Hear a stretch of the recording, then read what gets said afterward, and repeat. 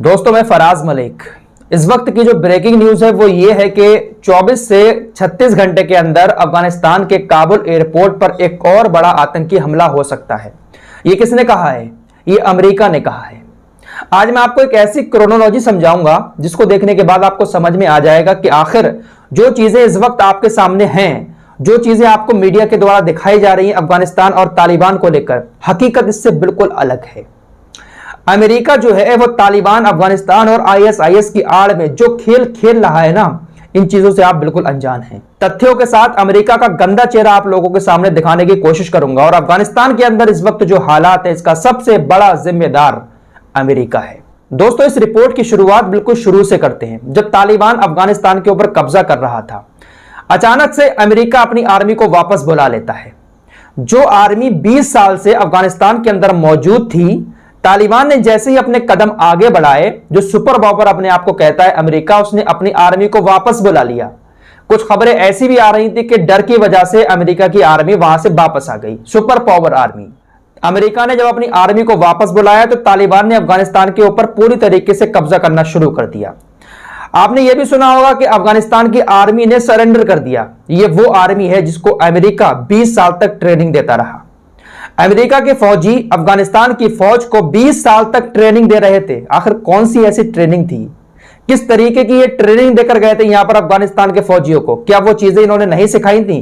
क्या लड़ना इन्होंने नहीं सिखाया था? ये भी चीजें समझने वाली हैं, बहुत बारीकी चीजें हैं ये, कि 20 साल तक तुम वहां पर रहे, वहां की फौज को ट्रेन किया और जब लड़ाई का नंबर आया तो उन्होंने हथियार डाल दिए। तो इससे एक बात साफ समझ में आती है कि तुमने किस तरीके की ट्रेनिंग अफगान की फौज को दी थी। दूसरी चीज, जब अमेरिका ने अपनी फौज को अफगानिस्तान से वापस बुलाया तो अमेरिका की फौज अपने हथियार अफगानिस्तान के अंदर छोड़कर क्यों गई?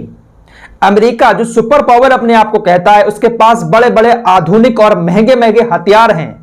तो जब फौज को वापस बुलाया था तो अपने हथियार भी तो वापस ले जा सकती थी वहां की आर्मी, लेकिन अपने सारे महंगे महंगे और आधुनिक हथियार अफगानिस्तान के अंदर छोड़कर गई है अमेरिका की आर्मी। ये कोई इत्तेफाक नहीं है। सुपर पावर इस तरीके से अपने आधुनिक हथियार छोड़कर नहीं जाएगा, बल्कि ये जानबूझकर छोड़े गए हैं कि यहां पर हथियार होंगे और जब तालिबानी आकर हथियारों पर कब्जा करेंगे तो भाई वो उल्टे सीधे काम तो करेंगे ही, और जब उल्टे सीधे काम करने की उनकी आदत बन जाएगी तो उसके बाद जब इनके पास हथियार खत्म हो जाएंगे तो हथियार लेने ये दोबारा से हमारे पास आएंगे। क्योंकि अमेरिका और इजराइल जो है, ये दोनों ऐसे देश हैं जो खुद आतंकी संगठन बनाते हैं और उनको हथियार देते हैं। अगर दो देशों के बीच जंग होती हो तो ये अमेरिका और इजराइल ऐसे हैं कि दोनों देशों को हथियार देंगे। अगर भारत और पाकिस्तान की जंग शुरू हो जाए तो ये पाकिस्तान को भी हथियार बेचेंगे और भारत को भी हथियार बेचेंगे।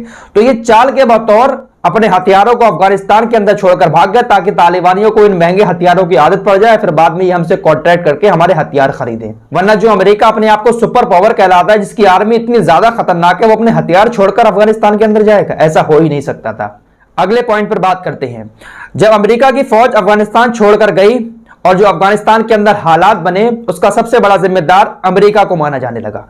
पूरी दुनिया अमेरिका की आलोचना करने लगी कि अमेरिका की फौज को इस तरीके से नहीं जाना चाहिए था। बड़ा शर्मसार हुए जो बाइडन भी। अब इसके बाद क्या होता है कि काबुल एयरपोर्ट पर अमेरिका ने अपनी फौज को तैनात कर दिया। अभी 2 दिन पहले काबुल एयरपोर्ट पर एक हमला भी हुआ। अब इस हमले के पीछे आईएसआईएस का हाथ बताया जा रहा है और आईएसआईएस ने इसकी जिम्मेदारी भी ली है। लेकिन सवाल अमेरिका के ऊपर भी उठाया जा रहा है कि इस हमले का जिम्मेदार अमेरिका भी है। अमेरिका जो है वो आईएसआईएस को फंडिंग करता है। ऐसी खबरें भी सामने आई कि अमेरिका आईएसआईएस को फंडिंग करता है और आईएसआईएस को हथियार भी अमेरिका ही मुहैया कराता है। तो इसके पीछे कहीं ना कहीं अमेरिका का भी हाथ है, क्योंकि 31 अगस्त तक की डेट लगी हुई है कि अमेरिका 31 अगस्त तक अपने नागरिकों को वहां से निकाल लेगा। उसके बाद अमेरिका की फौज वहां से चली जाएगी। तो 3 दिन पहले काबुल एयरपोर्ट पर जो आतंकी हमला होता है, जहां पर अमेरिका की फौज तैनात है, जिसमें 13 कमांडर मारे जाते हैं अमेरिका के। 36 घंटे के बाद खबरें आना शुरू हो गई कि अमेरिका ने अपने कमांडरों की मौत का बदला एयर स्ट्राइक करके ले लिया है। जिन आतंकियों ने साजिश रची थी हमले की, उन आतंकियों को मार गिराया है। खबरें चलने लगी, ब्रेकिंग न्यूज। हमारे देश की मीडिया, इंटरनेशनल मीडिया दिखाने लगा कि भाई अमेरिका ने 36 घंटे के अंदर अंदर बदला ले लिया। और जो मीडिया अफगानिस्तान छोड़कर जाने पर अमेरिका की बुराई कर रहा था, गालियां दे रहा था, अचानक से पलट जाता है और अमेरिका की तारीफ करना शुरू कर देता है। लेकिन आपको यह खबर बता दूं कि अभी तक यह प्रूफ नहीं हुआ है कि अमेरिका ने जिस ड्रोन हमले में जिन लोगों को मारा है वो वाकई में काबुल एयरपोर्ट पर हमले के साजिश करता थे या फिर नहीं थे।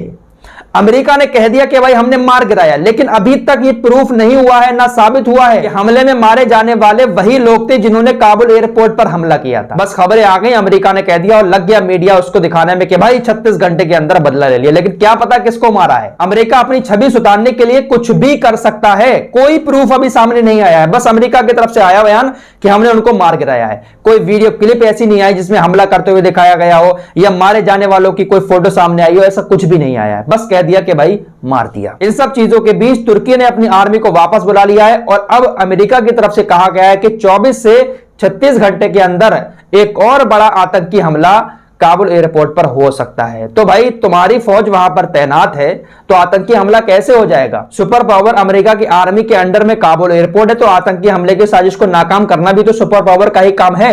लेकिन अमेरिका अब यह दिखाने में लगा हुआ है कि हम जो हैं अफगानिस्तान के नागरिकों को बचा रहे हैं। जो अफगानिस्तान के नागरिकों को छोड़कर भाग गया था, अब वो ये दिखाने की कोशिश कर रहा है कि एयरपोर्ट पर हमले हो रहे हैं तो उनसे बचाने का काम हमारे देश की आर्मी कर रही है, अमेरिका कर रहा है। तो ये है अमेरिका की चाल। अमेरिका इस तरीके से लड़ाकर अपने हथियार बेचेगा। अमेरिका और इजराइल दोनों ऐसे देश हैं जो दो लोगों को आपस में लड़ा देते हैं और अपने हथियार बेचना शुरू कर देते हैं। तो ये है क्रोनोलॉजी कि पीठ पीछे अमेरिका अपना काम भी करता रहता है और अपनी छवि सुधारने के लिए कुछ भी वो कर सकता है। तो यही सब कुछ इस वक्त अफगानिस्तान के अंदर चल रहा है। तो फिलहाल इस रिपोर्ट में इतना ही। इस क्रोनोलॉजी को समझने की जरूरत है।